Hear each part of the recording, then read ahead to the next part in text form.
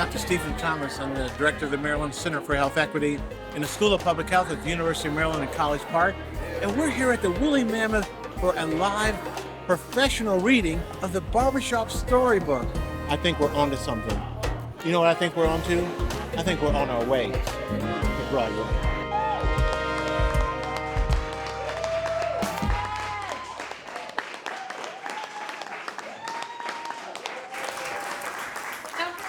The Barbershop Storybook Project, books 1 and 2.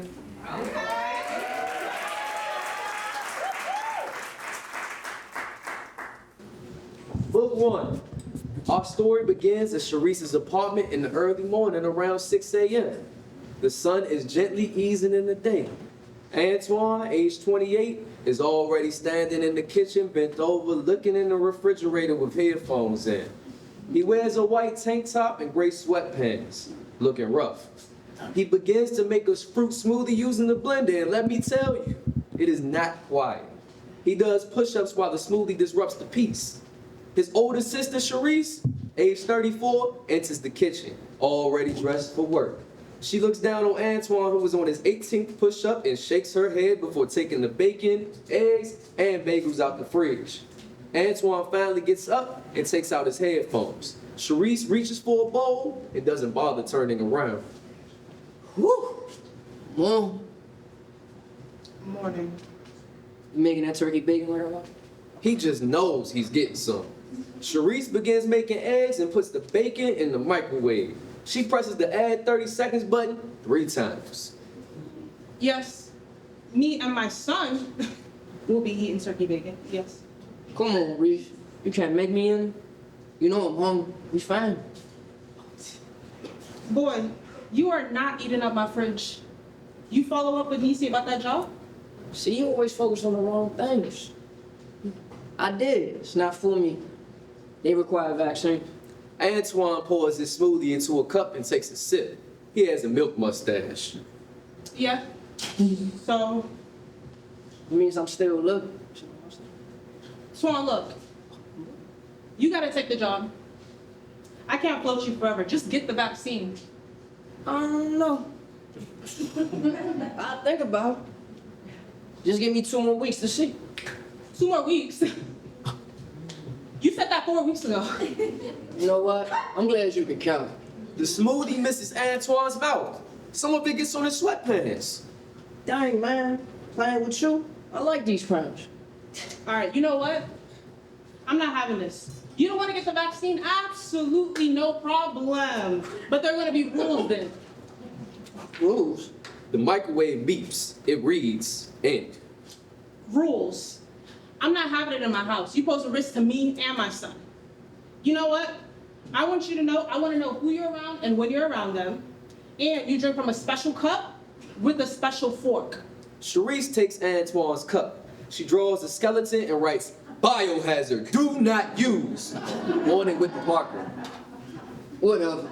You bugging. I'm grown. I don't need none of this. Yo, Aunt, you ready? I'm gonna take you to school. Your mom stay tweaked. Yeah, I'm ready, but I just need help with my belt. He hasn't eaten breakfast. Messing with you, I ain't even made his sandwich yet. Don't put your problems on me. Wrap it up. He'll take it to go. I'll help him with the belt. Anthony, age 8, appears dressed in school uniform with his belt in hand.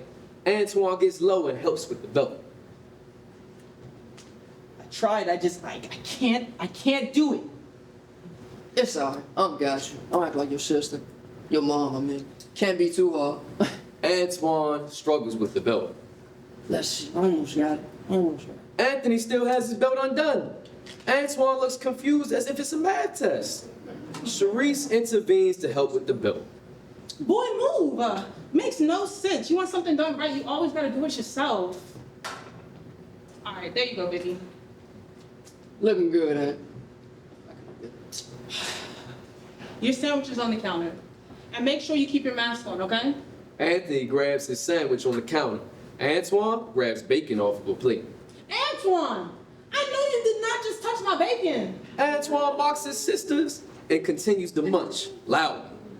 Antoine and Sharice have a face-off. They could both use a break from one another. Antoine! That was some good behavior. All right, Aunt, let's bounce. Antoine and Anthony walk out of Sharice's apartment and down the apartment hallway, having just closed the door. You want to sit there? You can't do what you said. I heard that. Don't be talking about me behind my back. Her yell echoes through the hallway and Sharice's apartment door jumps from the noise. Antoine and Anthony snicker, then run down the hall. Back in Sharice's kitchen, we see her laugh to herself while doing dishes. Child, anyways. Outside the apartment complex, Antoine folds over to catch his breath. He sweats. There's a panel of his lungs screaming, "Overdrive! Alert! Alert!" Ant, who was once laughing, now looks a little concerned. Are you okay? Man, you gotta hold up. He takes out his inhaler and restores his lung capacity as if he were in a video game. They begin walking to school. Make sure you eat that bagel before it gets home. I'm not that hungry. I promise. You tripping. I'll eat it if you don't. I'll tell your mom. Anthony gives Antoine the bagel. He begins to munch almost immediately. That's a tasty bread. You know my mom loves you, right? What? Come on. Yeah, I know that. I love her too. Gets on my nerves. Reminds me of your grandma at times. She will always say, Antoine, you better come up and do these dishes. I'm gonna do the dishes. Antoine, you're giving me ulcers. I didn't even know what that was. Antoine this, Antoine that. But you know, that's family. Really know how to push your buttons. Colorful buttons appear on Anthony's shirt, and Antoine pokes them. Anthony laughs. They walk past full yum carryout. I mean, yeah, they are intense. But it's only because they care. I miss her. I'm saying. I do too. See, my thing is, I just don't like to be told what to do. Yeah, me neither. What you mean you don't like to be told what to do? You better do what the teachers tell you to do and what I say do. I am, I promise. They arrive at the stop sign just before the crosswalk leading to the school. Alright. Now let me find out. Dang, I sound like your mom in that, huh? Yeah. A crossing guard blows her whistle to hold traffic. Antoine and Anthony hold hands and walk alongside other kids, parents, and caretakers towards the schoolyard. The ants arrive near the entrance to Thomas S. Stone Elementary School. Still standing side by side, Anthony looks up at Antoine. Uncle Ant, Yeah. I like having you around. You're so funny and I love our walks together. Antoine gets down and rests his hand on Anthony's shoulder. See, I don't know what you're trying to pull, but I ain't with all that sentimental stuff before school. I wasn't really trying to do none of that. But I love you too, Aunt.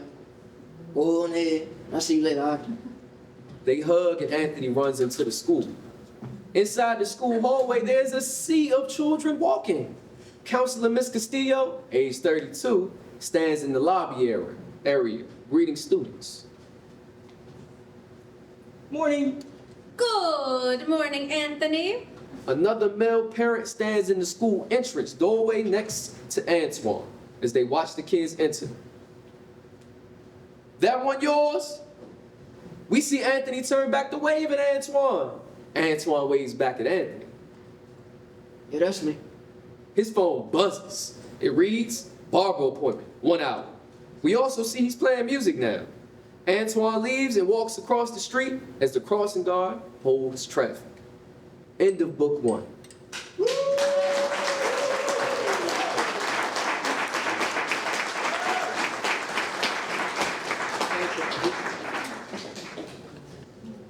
Book 2.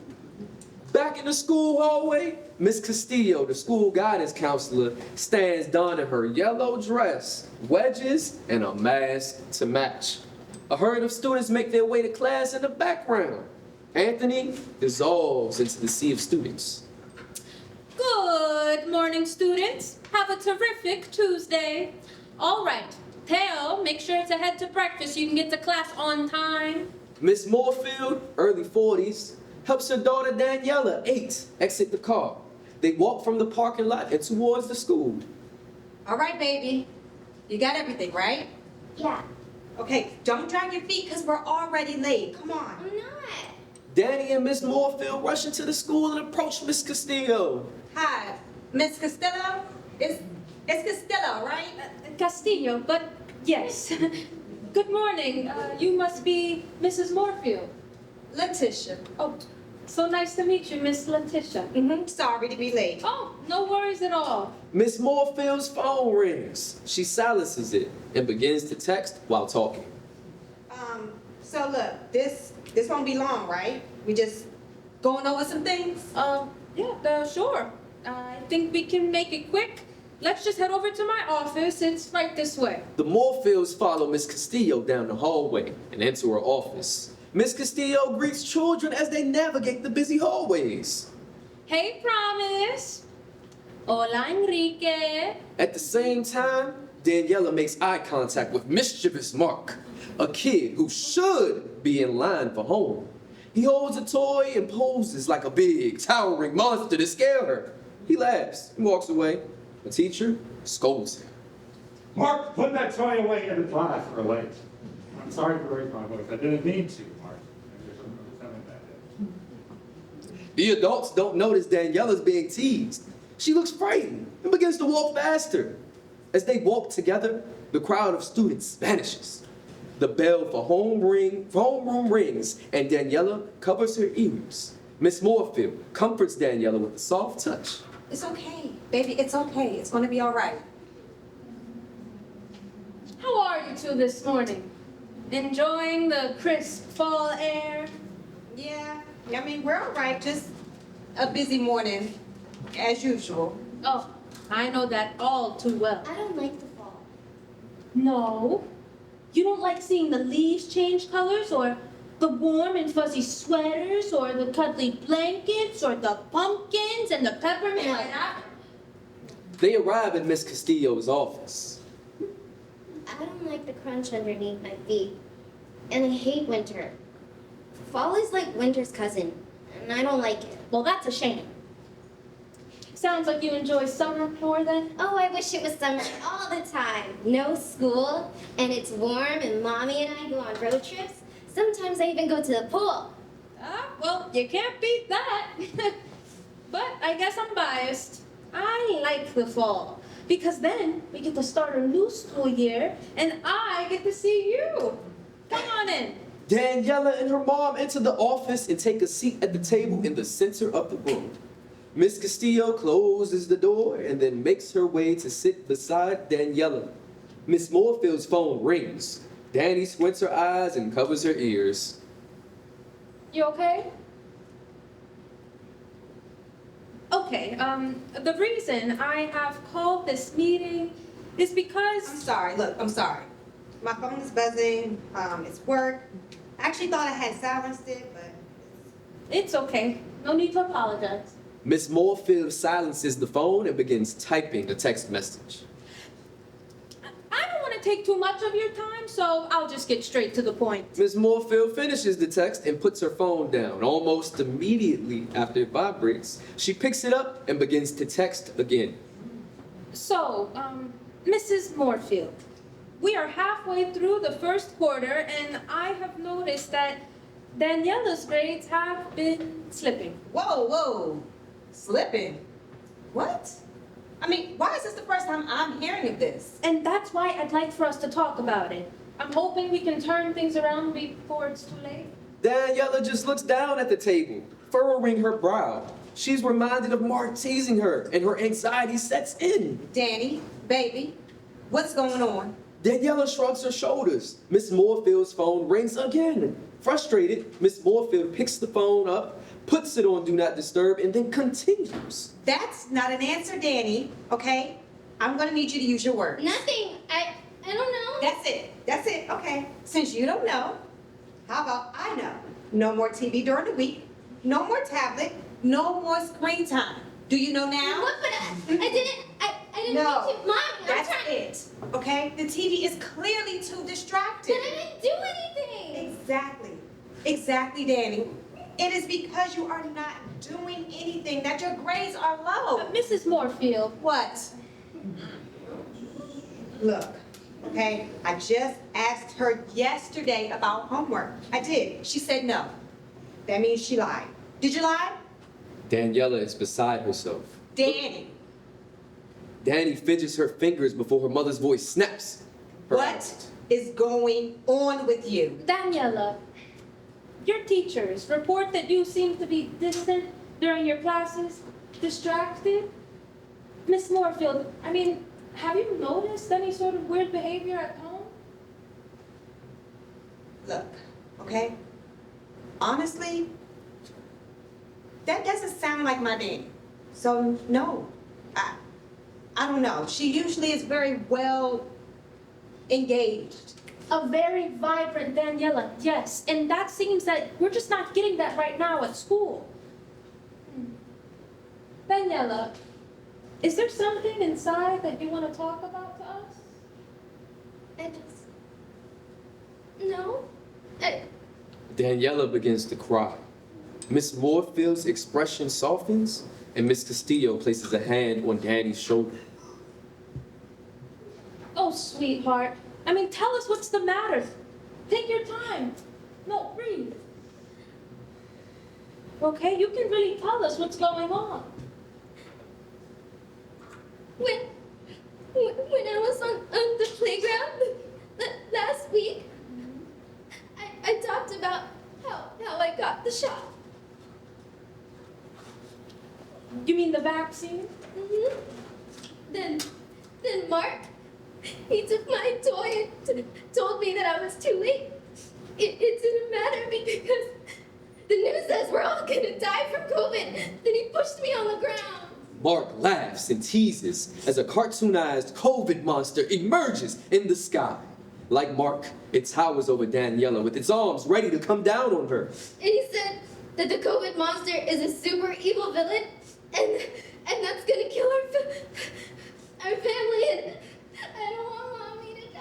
Oh, baby, why didn't you just tell me all of this? Look, it's okay. Miss Moorfield moves in closer to comfort Danny.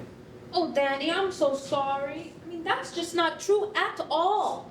We are not gonna die from COVID, okay? But I do agree with Mark on one thing. COVID, the ugly, nasty, failed COVID, this super even villain monster thing, we should be aware of it. We should? Yes. But if COVID is the villain, then you know what? What? Then that makes vaccine the superhero. I mean, imagine this. The vaccine flies in and says, have no fear, the vaccine is here. Hello.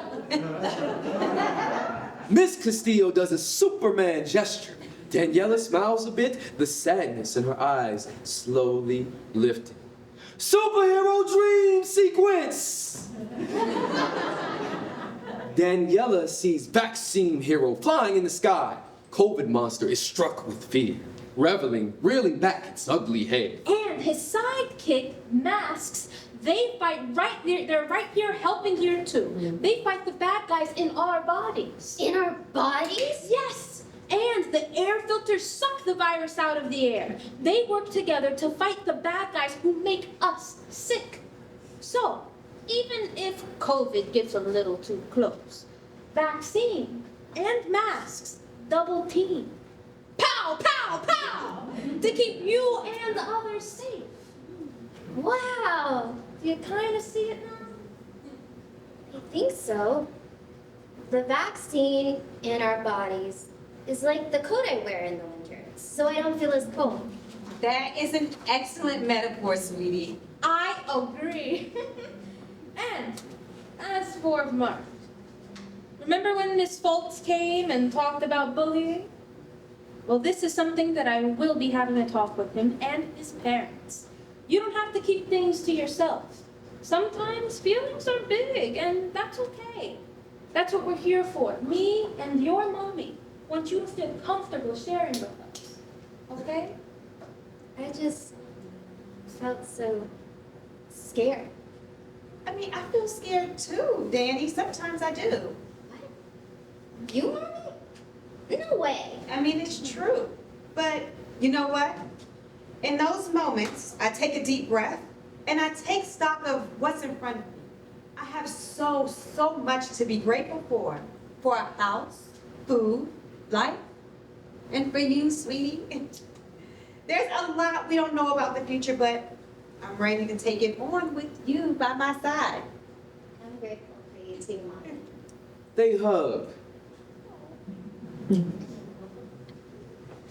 So, if the vaccine is a superhero and it's inside us, doesn't that make us super too? Absolutely it does. Superhero dream sequence! Daniela, Miss Moorfield, and Miss Castillo stand side by side, ready to take on the COVID monster. The vaccinated trio saves the day! And to celebrate, ice cream and a road trip to Grandma's. End of book 2.